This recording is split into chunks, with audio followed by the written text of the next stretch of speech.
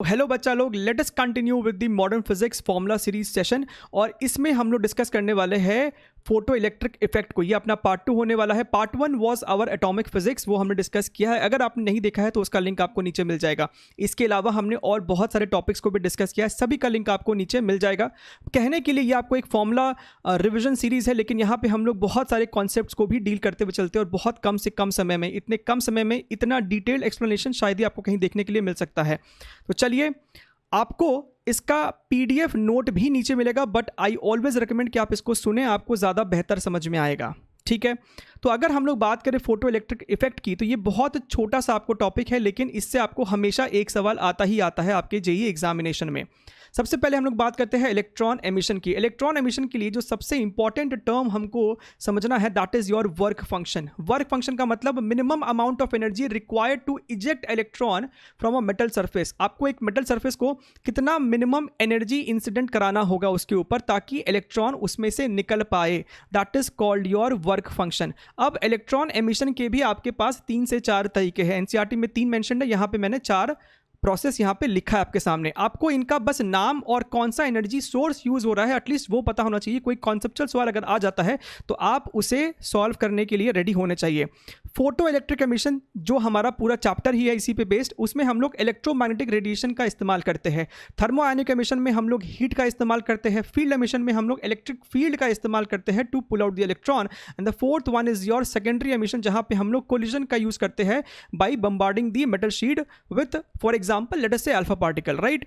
तो चलिए हम लोग बात करते हैं फोटो इलेक्ट्रिक एमिशन की। ये आपको एक सिंपल इसका स्कीमेटिक डायग्राम है, जहां पे ये आपका मेटल प्लेट है।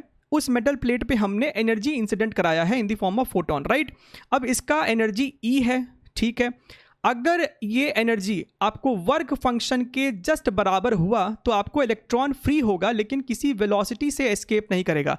लेकिन अगर आपने इस एनर्जी को वर्क फंक्शन से ज़्यादा दिया तो ये इलेक्ट्रॉन किसी वेलोसिटी से आपको बाहर निकलता है, ठीक है। अब यहाँ पे हम 2 टर्म और डिफाइन करते हैं हम लोग, और ये न्यूमेरिकल में स्टेटमेंट में लिखा होता है कभी कभी। थ्रेशोल्ड वेवलेंथ पता कीजिए। इस बार भी आपको 28 जुलाई को थ्रेशोल्ड वेवलेंथ पे एक सवाल आया था।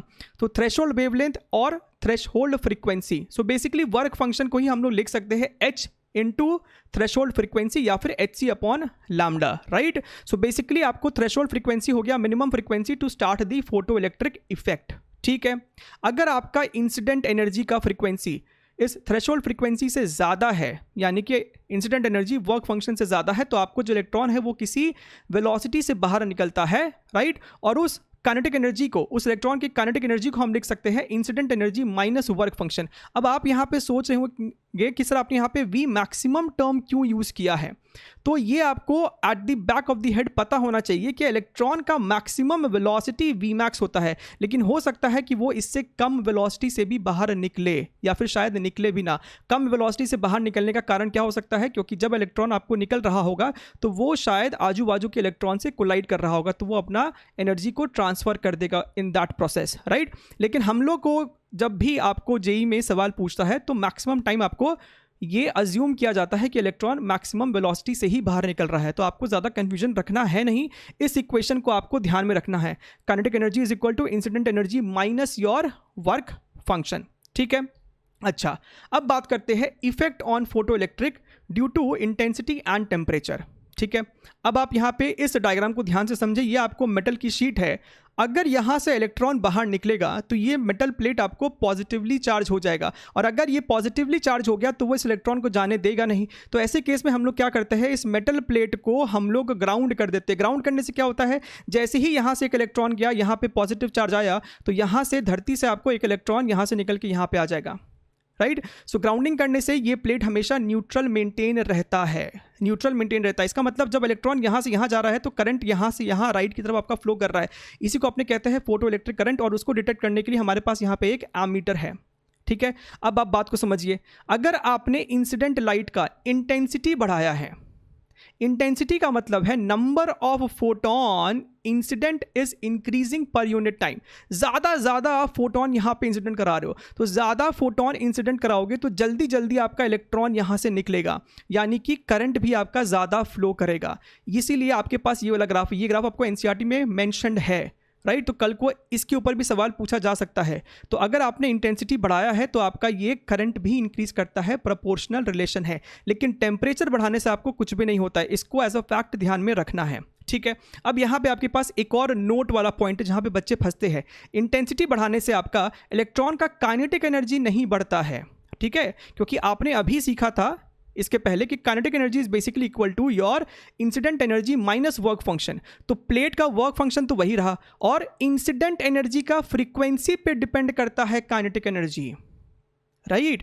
तो अगर इंसिडेंट रे का एनर्जी का फ्रीक्वेंसी आपने नहीं बदला है तो काइनेटिक एनर्जी भी सेम रहेगा, इंटेंसिटी पे डिपेंड नहीं करता है kinetic energy of the electron, ठीक है। अब ये रहा अपना इसका फाइनल पॉइंट, स्टॉपिंग पोटेंशियल, जिसके ऊपर सवाल बनता ही बनता है, राइट। स्टॉपिंग पोटेंशियल शब्द भी आपने सुना होगा अपने क्वेश्चंस में। तो यहाँ पे आप ये डायग्राम को एक बार समझ लें, ये आपका एक डिस्चार्ज ट्यूब है और इसके अंदर हम लोग लो प्रेशर एकदम मेंटेन करते हैं, ठीक है। यहाँ पे आपका 2 प्लेट्स है और इस तरीके से बैटरी यहाँ पे कनेक्टेड है। बैटरी का आप पोलैरिटी पे ध्यान से देखिएगा। अब इस वाले प्लेट पे हमने एनर्जी इंसिडेंट कराया और ये इंसिडेंट एनर्जी जो है वर्क फंक्शन से ज़्यादा है, यानी कि इलेक्ट्रॉन किसी वेलोसिटी के साथ बाहर निकलेगा, राइट। हम लोग फिलहाल के लिए सिर्फ वी मैक्सिमम को ही कंसिडर कर रहे हैं। तो ये इलेक्ट्रॉन आपको मैक्सिमम स्पीड से निकलता है, लेकिन जब ये इलेक्ट्रॉन राइट साइड ट्रैवल करेगा, बात को समझिएगा, ये वाला प्लेट आपको नेगेटिवली चार्ज है इस बैटरी की वजह से, तो ये नेगेटिवली चार्ज है, तो ये प्लेट इस इलेक्ट्रॉन के इधर वाले मोशन को अपोज करेगा। तो एक तरीके से हम कह सकते हैं कि जब ये इलेक्ट्रॉन आपका लेफ्ट से राइट जा रहा होगा तो आपको बैटरी एक नेगेटिव वर्क डन कर रहा होगा। तो निकलते वक्त इलेक्ट्रॉन के पास यहाँ पे एक काइनेटिक एनर्जी है, तो यहाँ से यहाँ पहुँचते पहुँचते उसके पास जो एनर्जी बचेगा that is your kinetic energy minus work done by the battery which is charge into potential difference E into V, right.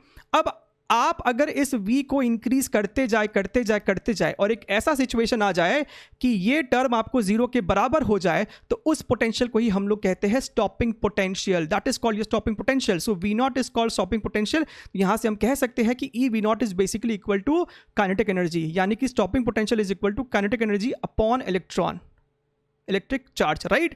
अच्छा, अब ये जो काइनेटिक एनर्जी है इसको हम लोग क्या लिख सकते थे, incident energy minus work function, और इंसिडेंट एनर्जी को आप क्या लिख सकते हो, H इंटू म्यू, राइट। और इस वर्क फंक्शन को हम लिख सकते हैं H इंटू थ्रेशोल्ड फ्रीक्वेंसी। तो ये आपका स्टॉपिंग पोटेंशियल का एक इक्वेशन आ जाता है जिसे हम कहते हैं आइंस्टाइन फोटो इलेक्ट्रिक इक्वेशन, ठीक है।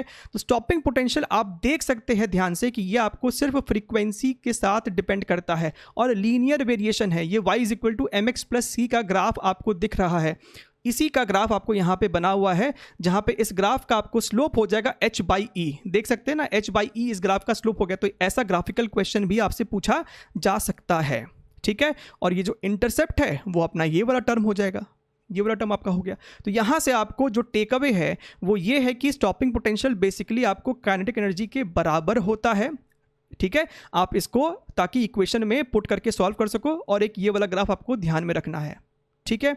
सो यहाँ पे आपको वो सारे टॉपिक्स को कवर किया गया है जो जिसके ऊपर सवाल बन सकते हैं, या फिर सवाल आ चुके हैं, या फिर सवाल आने के चांसेस है, ठीक है।